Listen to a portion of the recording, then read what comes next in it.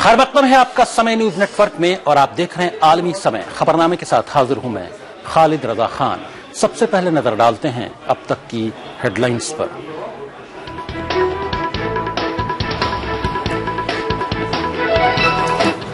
बारह रियासतों की 117 सीटों पर पोलिंग का काम मुकम्मल। मुलायम, सलमान खुर्शीद और सुषमा समेत 2076 उम्मीदवारों की किस्मत का फैसला ईवीएम में बंद। गुजरात पहुंची सोनिया ने किया मोदी से सवाल, कहा बदनवानी की बात करने वाले मोदी की रियासत में लोकायुक्त की तकरीरी क्यों नहीं। बनारस में मोदी ने दाखिल किया नामजदगी का पर्चा, कहा गंगा मां के बुलावे पर आया हूं। रोड शो के जरिए ताकत का भी किया मुजाहरा। पंडित मालवीय के मुजस्समे को कांग्रेस और समाजवादी पार्टी कारकुनान ने किया शुद्ध, कहा मोदी ने की है रवायत शिकनी। नामजदगी से पहले मोदी ने की थी गुलपोशी। और अफगानिस्तान के एक अस्पताल में फायरिंग, अमेरिकी डॉक्टर समेत 3 अमेरिकी शहरी हलाक, 1 जख्मी। फायरिंग करने वाला अफगान सिक्योरिटी एहलकार गिरफ्तार।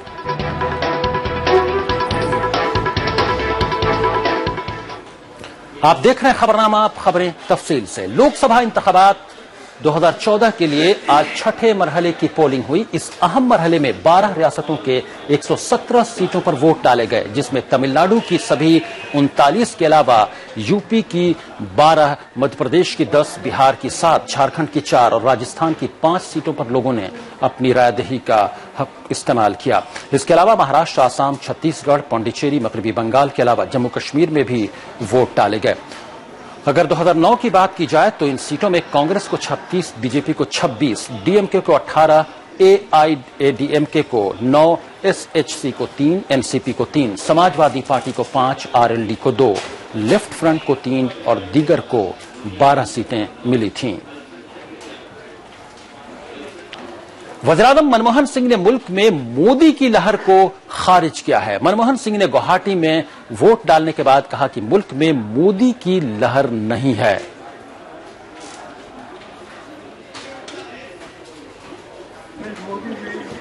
लोकसभा इंतखाबात में आज यूपी की 12 सीटों पर वोट डाले गए। तस्वीरें हम जो आपको दिखाने जा रहे हैं वो फतेहपुर, कन्नौज, हाथरस, मैनपुरी, एटा और हरदोई की है।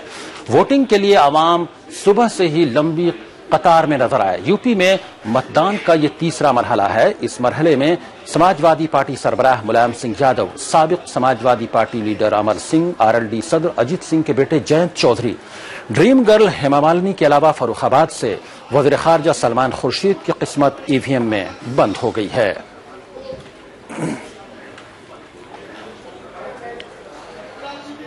जैसा कि हमने आपको अब बताया कि यूपी में आज तीसरे मरहले की पोलिंग हुई। समाजवादी पार्टी के सदर मुलायम सिंह यादव ने के गढ़ इटावा में सुबह से ही राय दहिंदगान में जोश देखा जा रहा है। यहां सख्त हिफाजती इंतजाम के दरमियान पोलिंग हुई। इटावा में समाजवादी पार्टी से sitting MP Premadasa Katheria, BJP से अशोक दोहरे, कांग्रेस पार्टी से श्री मोहतरमा हंसमुखी कोरी, बीएसपी से अजय पाल यादव और आम आदमी पार्टी से उजियारे लाल दोहरे को वो सब इंतखाबी मैदान में हैं।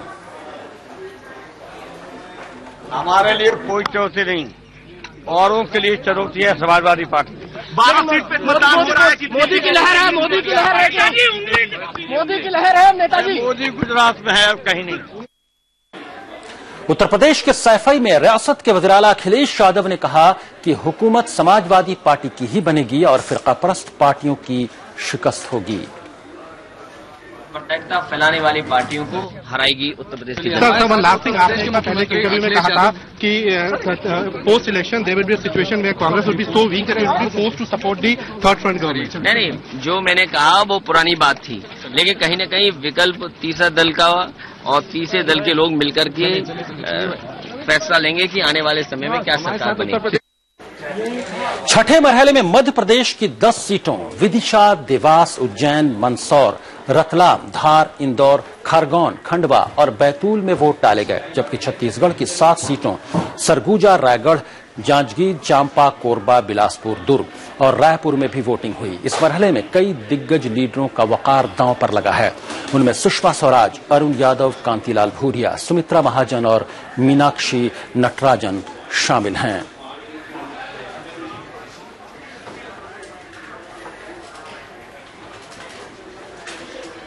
इससे पहले कि दिन भर हमने जो छठे मरहले के इंतखाब को कवर किया है, उस पर बातचीत हम करेंगे। जो लोग हमारे जो सहाफी, जो नुमाइंदे दिन भर कवर करते रहे हैं इन इंतखाबात को, उनसे बातचीत करने से पहले हम आपको लिए चलते हैं इलेक्शन कमीशन की प्रेस कॉन्फ्रेंस में। 53% for the entire state, and again for this phase it was not much different, so it's a fairly high increase in turnout. Again in Jharkhand the poll has been completely free of any incident. It's been completely incident free poll. Now let me come to Assam. Jharkhand mein 63.4%. Now in Assam, this was also the third in the last phase for Assam. Total of 6 parliamentary constituencies. The number of candidates was 74, out of which 65 are male and 9 are female.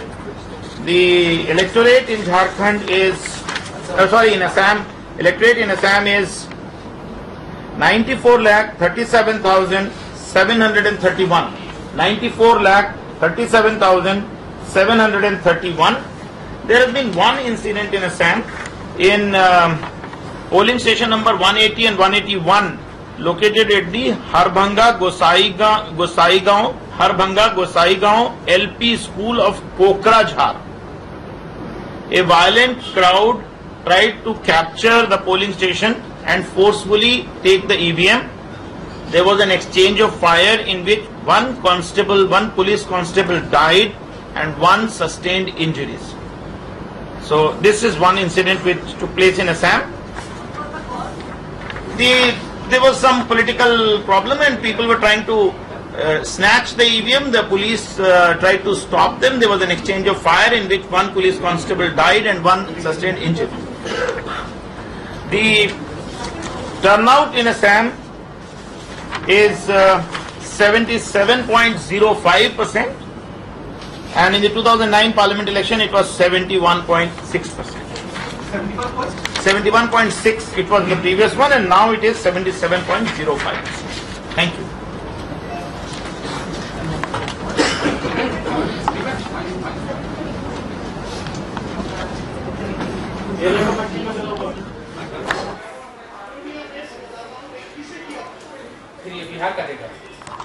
और election commission की press conference के बाद हम आपको लिए चलते हैं जो हमारे नुमाइंदे दिन भर कवर करते रहे इलेक्शन को। उनके पास पूरा डेटा है, क्या रहा दिन भर इलेक्शन में, अलग अलग रियासतों में अलग अलग जो सीटें हैं, अलग अलग इलाके हैं, वहां पर हम सबसे पहले बात करते हैं जब्बार खान हमारे नुमाइंदे हैं जो उत्तर प्रदेश और मध्य प्रदेश 2 रियासतों में जो इंतखाबात हो रहे थे छठे मरहले में, उनकी तमाम सीटों पर यह नजर बनाए हुए थे। जब्बार खान, आप ये बताइए कि उत्तर प्रदेश में मजमूई तौर पर जो 12 सीटें थीं और मध्य प्रदेश की 10 सीटें, उन पर क्या हालात रहे? पहले उत्तर प्रदेश। देखिए, जहां तक उत्तर प्रदेश का सवाल है, पिछली दफा के अगर इलेक्शन का जिक्र करें, 36 सीटें वहां पर कांग्रेस को मिली थी, 26 सीटें बीजेपी को आई थी। इस बार चूंकि वोट परसेंटेज जो है वो काफी बढ़ा है, इंक्रीज हुआ है, तो ऐसा लग रहा है कि कहीं ना कहीं एक बदलाव की तरफ, या हो सकता है कि कांग्रेस अपनी पुरानी साख बचाने में किस तरह से कामयाब होती है वो देखना होगा। लेकिन कई सारे उत्तर प्रदेश में कई सारी ऐसी सीटें हैं जिन पर जो वीआईपी कैंडिडेट्स हैं, मुलायम सिंह है वहां पर, डिंपल यादव है यहाँ पर, अमर सिंह है वहां पर, इस तरह के कई सारे ऐसे लोग हैं जिनकी किस्मत का फैसला होना है। तो ये सारी तस्वीर अभी तक फिलहाल आ रही है। इलेक्शन कमीशन ने अभी ब्रीफ करके जिस तरीके से बताया, वोट इंक्रीज होना कहीं ना कहीं। इस मरतबा आपने जो नजर रखी, क्या लगा आपको मुजफ्फरनगर फसादात का असर इन इलाकों पर, इन सीटों पर कितना है? क्योंकि ये मगरबी उत्तर प्रदेश से मुत्तसिल वही आसपास के ही इलाके हैं ये। देखिए, इसको 2 तरीके से समझना होगा। एक तो भारतीय जनता पार्टी, नरेंद्र मोदी या गुजरात मॉडल का जिस तरीके से हवा बनी है, लेकिन कहीं न कहीं मुजफ्फरनगर राइट्स को लेकर एक तरफ जो अकलियती तबका है सपा से, मुलायम सिंह यादव से काफी नाराज रहा। लेकिन कहीं न कहीं अब जैसे जैसे ग्रेजुअली इलेक्शन आगे बढ़ रहा है, ऐसा भी सुनने में आ रहा है कि सपा की तरफ मुसलमानों का रुझान कहीं न कहीं चाहते हुए भी या ना चाहते हुए भी वोट उनको दे रहे हैं, क्योंकि ऐसे में माना जा रहा है कि शायद एक मजबूरी के तौर पर दे रहे हैं, ताकि एक कम्युनल पार्टी जिस तरीके से सपा उसको प्रोजेक्ट कर रही बीजेपी। लेकिन पिछले 5 मरहलों के इंतखाबात में एक चीज जो देखी गई कि तमाम मुस्लिम मजहबी रहनुमाओं जो मुस्लिम रहनुमाओं ने अपील की कि मुसलमान एक तरफा वोट दें, लेकिन वो मामूली तौर पर हो नहीं पाया। इस छठे मरहले में क्या लगता है आपको? जमीनी हकीकत कहीं ना कहीं उसके बरअक्स है, क्योंकि जिस तरीके से 2-3 ऐसे उलमा रहे या आलिम दीन रहे जिन्होंने एक पार्टी को लेकर के उसके सपोर्ट में वोट करने की बात कही, लेकिन अगर जमीनी हकीकत उसकी अगर देखें तो, क्योंकि सबसे बड़ा सवाल यह है कि क्या मुसलमान किसी एक शख्स को, किसी एक आलिम दीन को अपना कायद मान रहा है, ये तस्वीर नहीं है जमीनी हकीकत पे,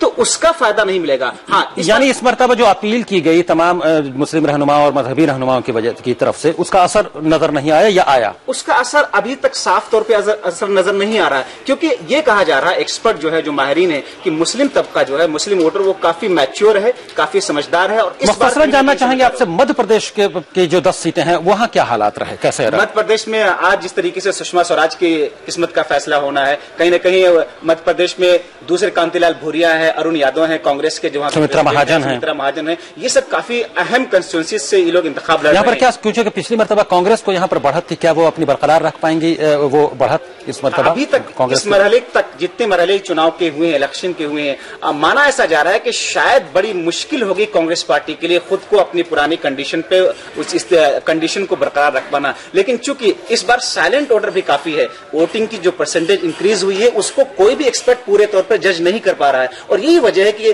खालिद साहब की ऐसा माना जा रहा है कि जिस तरीके से लहर हिज़्ब मुखालिफ की बताई जा रही है, शायद उसका उल्टा हो सकता है, या ऐसा भी हो सकता है कि हिज़्ब मुखालिफ की जो लहर है उसको पूरे तौर पर फायदा मिल सके। जब्बार खान, बहुत बहुत शुक्रिया आपका। ये था जब्बार खान जो बता रहे थे उत्तर प्रदेश और मध्य प्रदेश के में क्या हालात रहे, दिन भर कैसी पोलिंग रही। हम बात करें अगर छठे मरहले में बिहार की 7 सीटों पर भी वोट डाले गए, जिन सीटों पर पोलिंग हुई उनमें सीमांचल के पूर्णिया, किशनगंज, अररिया, सुपौल और कटिहार के साथ ही भागलपुर और बांका की लोकसभा सीटें शामिल हैं।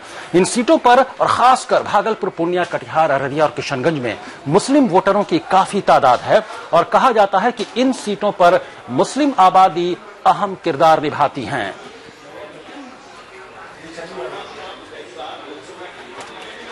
और बिहार में पोलिंग कैसी रही दिन भर, वहां किस तरह के क्या रुझान रहा, कैसी पोलिंग हुई, लोगों की क्या इंटरेस्ट रहा, उस पर जानते हैं। दिन भर कवर करते रहे, बिहार पर नजर खास तौर से रखे रहे। तंजील हमारे साथ मौजूद हैं। तंजील, कैसा रहा दिन भर का माहौल आज बिहार में? जी, बिहार में सीमांचल के इलाके में पोलिंग जो है वो पिछले मरतबे से मुकाबले बेहतर पोलिंग हुई और तकरीबन 60% पोलिंग की खबर है। और सीमांचल का इलाका खास जो है वो माइनॉरिटी डोमिनेटेड एरिया है, तो मोदी की लहर ये इस इलाके में कहीं नहीं दिखी। जी। और मुकाबला जो है जेडीयू और जनता दल यूनाइटेड के बीच रहा। अब किशनगंज की बात करें, वहां भी मुकाबला जो है जनता दल यू और कांग्रेस के बीच रहा, साहब के बीच रहा। अररिया में भी तस्लीमुद्दीन और जनता दल के हैं, राष्ट्रीय जनता दल और जेडीयू के। किशनगंज की सीट पर अगर हम बात करें तो जेडीयू के जो उम्मीदवार है अख्तर उल ईमान, उन्होंने आखिर वक्त में विड्रॉ कर लिया। उसका क्या असर रहा किशनगंज में और क्या आसपास की जो बाकी सीटें हैं उस पर उसका कुछ असर नजर आया? जी, बहुत बड़ा असर देखा गया उस इलाके में। किशनगंज में अख्तर उल ईमान के विड्रॉ करने से, अख्तर उल ईमान को धावन के एमएलए हैं, तकरीबन 1 से 1.5 लाख वोट उनका अपना है, तो उनके बैठ जाने से आसास आपको पूरा वोट शिफ्ट हुआ है। तो किशनगंज में लगभग तकरीबन जो है 75% मुसलमानों की आबादी है, तो तकरीबन समझिए कि 70% पोलिंग एक तरफा जो पोलिंग हुई है वो असाद साहब के हक में हुई पोलिंग, तो असाद साहब का निकलना वहाँ। तो क्या अगर वो जो 4 अररिया, किशनगंज, कटिहार, पूर्णिया है, उसके अलावा सुपौल में भी उसका कुछ असर नजर आ रहा है क्या? ऐसे सुपौल में नहीं है। सुपौल में मुख्य मुकाबला जो है, खास मुकाबला रंजीता रंजन जो है, पप्पू यादव की वाइफ, उनके बीच और बीजेपी के बीच है। तो पॉपुलेशन के हिसाब से माइनॉरिटी की आबादी उतनी सुपौल में नहीं है, मुकाबले अररिया, पूर्णिया, किशनगंज 20% आबादी वहाँ पे माइनॉरिटीज की, मुसलमानों की। यानी कुल मिलाकर इस मरतबा मुसलमान वोटरों पर सबकी नजर रही, क्योंकि जो सीमांचल इलाका है वो मुस्लिम डोमिनेटेड इलाका है। जी जी, बिल्कुल वही डिसाइडिंग फैक्टर होंगे। जी, बहुत बहुत शुक्रिया तंजील आपका दिन भर की जानकारी देने के लिए कि बिहार में किस तरह का पोलिंग का माहौल रहा। अब हम बात करते हैं झारखंड की। झारखंड में आज तीसरे और आखिरी मरहले की वोटिंग हुई। हम आपको एक साथ 4 सीटों दुमका, गोड्डा, धनबाद और राजमहल के वोटिंग की तस्वीरें दिखा रहे हैं। इन सभी सीटों में सबसे अहम सीट दुमका की है, क्योंकि यहां झारखंड के 2 साबिक वज़ीर आला शिबू सोरेन और बाबूलाल मरांडी के बीच नाक की लड़ाई है। गोड्डा जो पार्लिमानी सीट पर है, वहां पर बीजेपी के मौजूदा एमपी निशिकांत दुबे हैं, कांग्रेस के फुरकान अंसारी के बीच वहां पर टक्कर है। तो कोयलांचल की धनबाद सीट पर बीजेपी के sitting MP PN Singh, Congress के अजय दुबे और जेवीएम के समरेश सिंह मैदान में हैं। उधर राजमहल सीट पर बीजेपी ने जेएमएम छोड़कर आए उस हेमलाल मुर्मू को टिकट दिया है, तो जेएमएम ने विजय हांसदा और जेवीएम ने डॉक्टर अनिल मुर्मू को उतारा है। और दिन भर नजर रखे रहे झारखंड के में क्या हालात रहे। हमारे साथ मौजूद हैं खलीलुर रहमान। आप झारखंड के बारे में क्या बोलेंगे? दिन भर आपने नजर रखी, कैसी पोलिंग हुई, किस तरह का माहौल वहां पर रहा दिन भर? देखिए खालिद साहब, झारखंड में 14 सीटें हैं और आज का जो पोलिंग हुई वो तीसरा और चौथा मरहला था। वहां पर देखा जाए तो काफी अहम मराकज था वहां पर, क्योंकि बाबूलाल मरांडी हैं वहां पे और साथ में शिबू सोरेन हैं और दोनों की बराबर की ही टक्कर रही। और जो 4 सीटें हैं उनमें से 2 सीटों पर तो कांग्रेस इलेक्शन लड़ रही है और 2 सीटें जेएमएम के लिए छोड़ी हैं। और जहां तक जेडीयू की बात करते हैं, वो स्टेट उसमें क्या कहते हैं रियासती सरकार में एलआई है वो तो जी बिल्कुल, तो वो भी काफी अहम माना जा रहा है और वो जेएमएम का साथ दे रही है वो जी। तो क्या ये ऐसा आपको लगा कि वहां पर मोदी की भी कोई लहर है?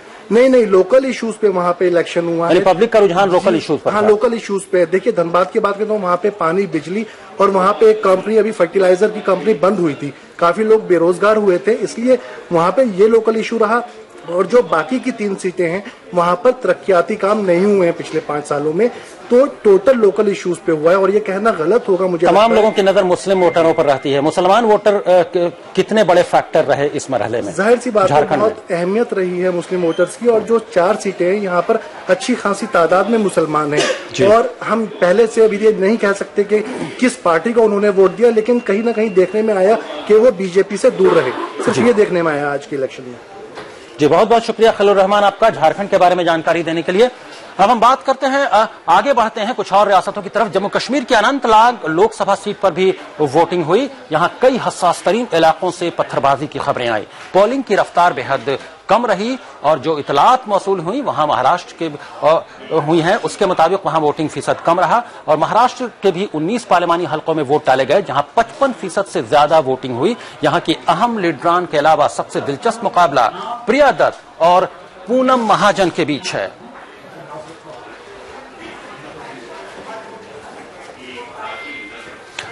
और महाराष्ट्र के बारे में पूरी जानकारी देने के लिए हमारे साथ मौजूद हैं सबिहा शकील, जो दिन भर महाराष्ट्र में क्या होता रहा 19 सीटों पर, उस पर उन्होंने नजर रखी। सबिहा शकील, आप क्या बोलेंगे महाराष्ट्र के बारे में? कैसा दिन भर माहौल रहा वहां पर और किस तरह की पोलिंग हुई, क्या पैटर्न दिखा? सर खालिद सर, महाराष्ट्र का जहां तक सवाल है तो आज लोकसभा इंतखाबात 2014 के लिए महाराष्ट्र में 19 सीटों के लिए पोलिंग हुई, जिसमें सिर्फ 6 सीटें मुंबई की हैं और इसमें प्रिया दत्त, संजय निरुपम, मिलिंद देवड़ा के नाम अहम माने जाते हैं। और इसमें मुंबई वेस्ट शुमाल सीट से जो सख्त मुकाबला है वो पूनम महाजन, बीजेपी की पूनम महाजन और कांग्रेस की प्रिया दत्त के बीच है। जी, लेकिन यहाँ पर बात होती है कि मोदी की लहर की बात हो रही है। क्या मोदी की लहर वहां पर महाराष्ट्र में कुछ नजर आई? क्या शिवसेना को पर उसका असर नजर आया? क्योंकि शिवसेना उसकी अलाई है बीजेपी की, इसलिए क्या वो कुछ फैक्टर काम कर रहा है वहां पर? सर देखिए, यहाँ बीजेपी की जो कैंडिडेट हैं वहाँ उनको इसका पार्टी का फायदा मिल सकता है, क्योंकि उनके वालिद बीजेपी के कदावर लीडर थे, पूनम महाजन के वालिद। अच्छा, मुसलमान का वोट कितना बड़ा फैक्टर है महाराष्ट्र में, ये आज कैसा नजर आया? आज क्या आपको लगा दिन भर जो आपने देखा? तो जहाँ तक मुस्लिम राय दहिंदगान का सवाल है तो उन्होंने पहले के मुकाबले में काफी बड़ी तादाद में अपने हक राय दही का इस्तेमाल किया। जी, यानी मुसलमान अच्छी तादाद में बाहर निकल कर आए और उन्होंने अपने हक राय दही का इस्तेमाल किया। बहुत बहुत शुक्रिया सबिहा शकील आपका जानकारी देने के लिए। खबरनामे में वक्त हो गया है एक ब्रेक का। ब्रेक के बाद आएंगे तो हम खबरों का सिलसिला जारी रखेंगे। फौरन हाजिर होते हैं।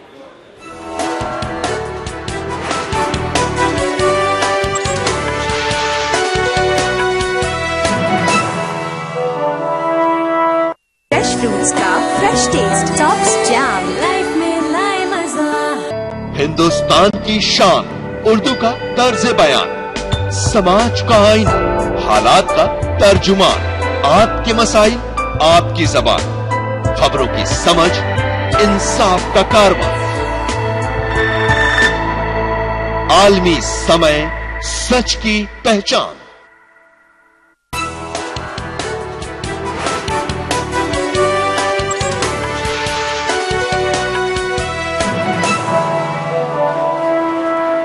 ब्रेक के बाद आलमी समय में आपका फिर खैर मकदम है। आप देख रहे हैं हमारा खबरनामा।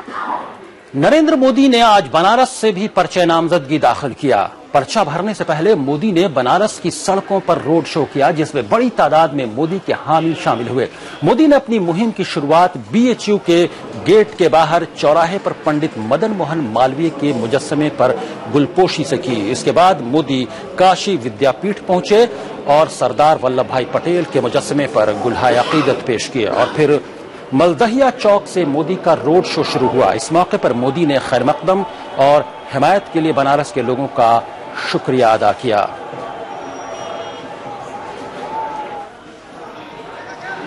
काशी वासियों ने जो मुझे प्यार दिया है, मैं इसके लिए बहुत ही अभिभूत हूं। मैं इस धरती को प्रणाम करता हूं, यहां की परंपरा को प्रणाम करता हूं। आज यहां आने के बाद मेरे मन में जो विचार आए, पहले मैं सोच रहा था कि भारतीय जनता पार्टी ने मुझे यहां भेजा है,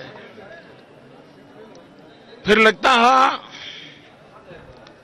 शायद मैं काशी जा रहा हूं, लेकिन आज यहां आने के बाद लगता है कि न मुझे किसी ने भेजा है, न मैं यहां आया हूं। बनारस में नरेंद्र मोदी के गुलपोशी के साथ ही वहां सियासत गर्म हो गई है। मोदी के गुलपोशी करके जाते ही कांग्रेस और समाजवादी पार्टी के कारकुनान ने पंडित मदन मोहन मालवीय के मुजस्समे को धोकर उसका शुद्धिकरण किया।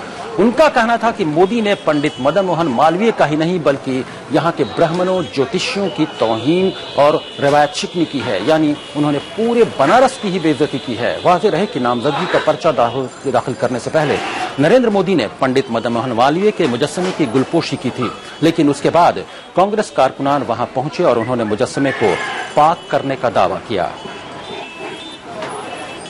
मालवीय जी की प्रतिमा को स्पर्श करने का कार्य किया, जिसे हम समाजवादी नौजवानों ने दुधा अभिषेक कर शुद्ध करने का कार्य किया है।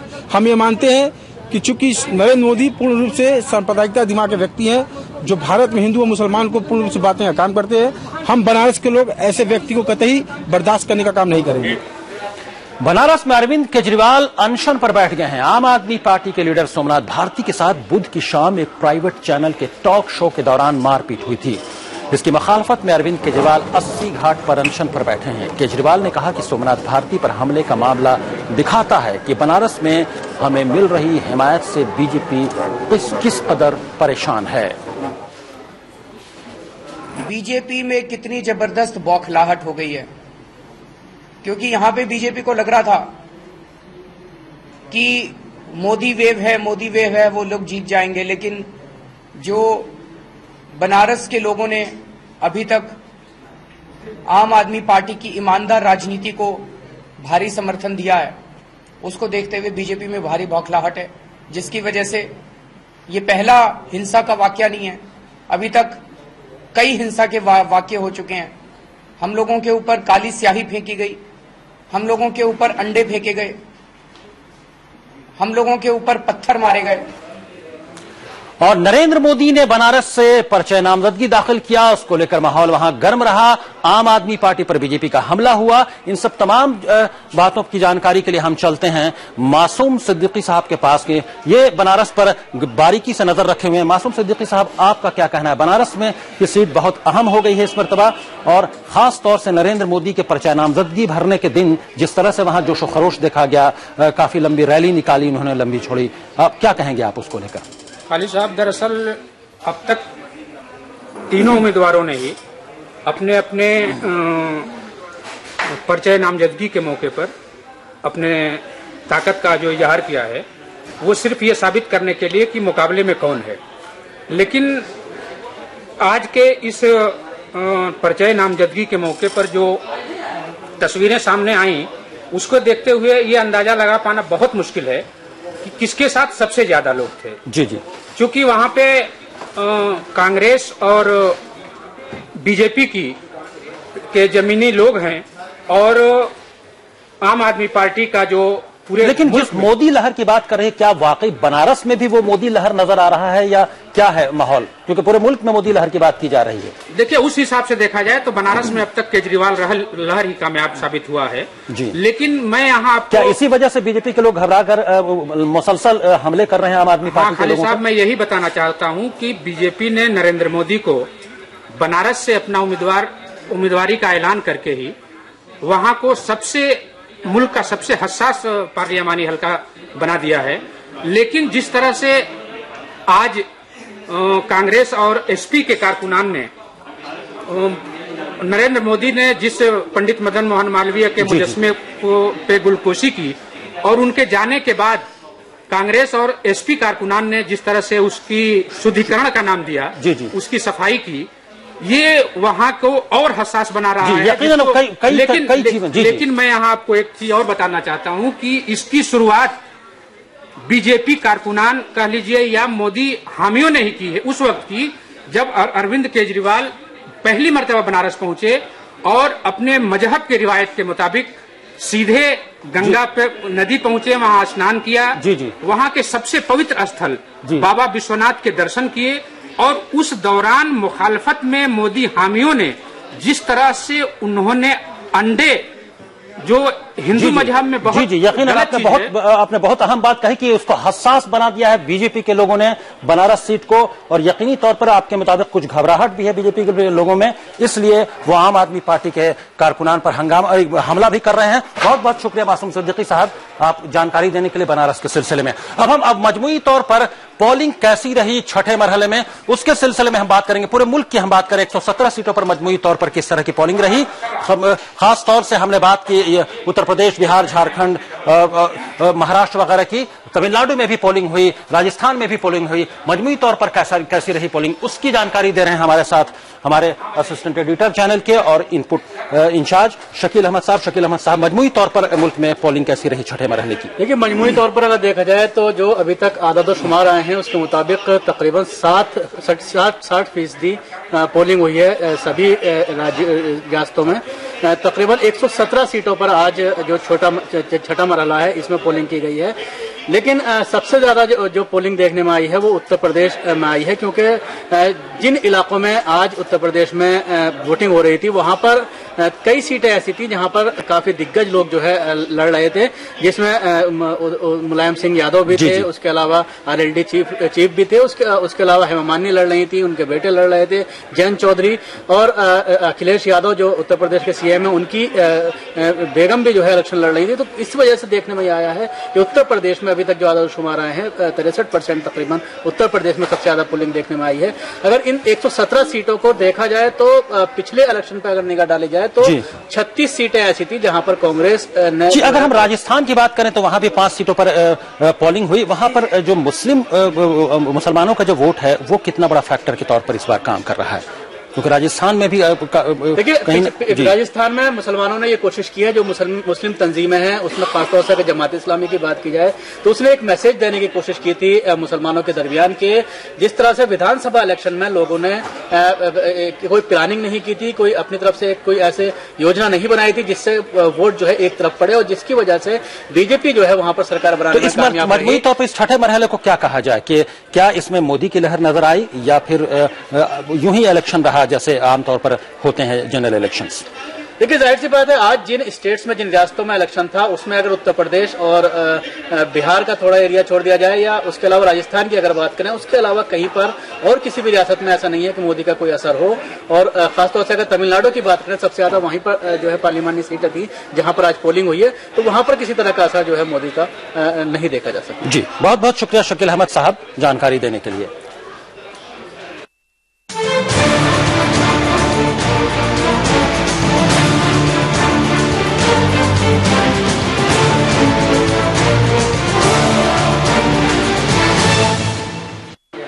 तो ये सुना आपने दिन भर पोलिंग का क्या हाल रहा। 117 सीटों पर जो पोलिंग हुई 12 रियासतों में, तमाम हमारे जो नुमाइंदे हैं, हमारे जो लोग हैं वो दिन भर नजर रखे हुए थे पोलिंग पर, उन्होंने पूरी तफसीली जानकारी दी आपको। लेकिन आखिर में हम नजर डालते हैं हेडलाइंस पर दोबारा।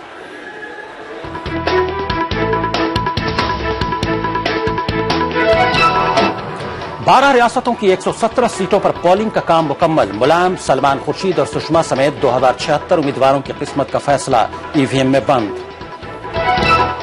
गुजरात पहुंची सोनिया ने किया मोदी से सवाल, कहा बदनवानी की बात करने वाले मोदी की रियासत में लोकायुक्त की तकर्री क्यों नहीं।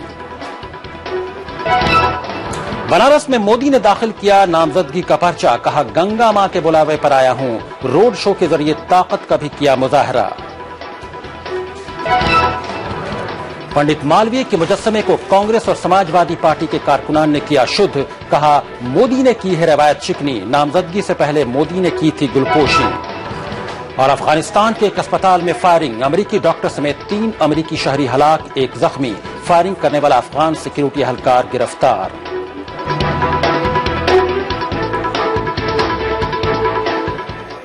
न्यूज रूम खबरनामे में फिलहाल इतना ही। आप आलमी समय को इंटरनेट पर भी देख सकते हैं, लॉग ऑन करें www.samaylive.com। फिलहाल खालिद रजा को दीजिए इजाजत, मगर आप देखते रहिए आलमी समय।